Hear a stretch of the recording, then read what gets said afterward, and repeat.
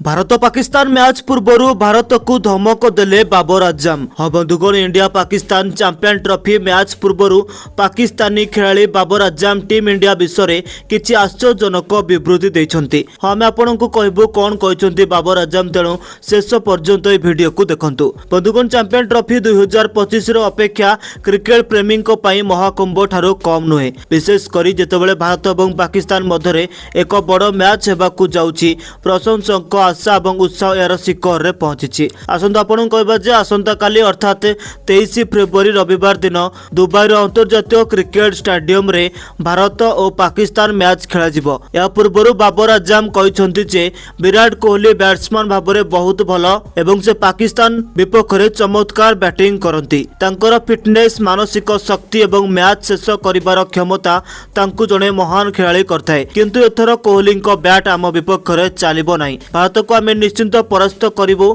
आमर बोलिंग बहुत स्ट्रंग अच्छी और बैटिंग मध्य स्ट्रंग। डेफिनेटली पूर्व मैच रे आम परास्त होइतिलु, किंतु एई मैच रे आम हाथ छड़ा करूँ ना। आम संपूर्ण प्रस्तुत अच्छु।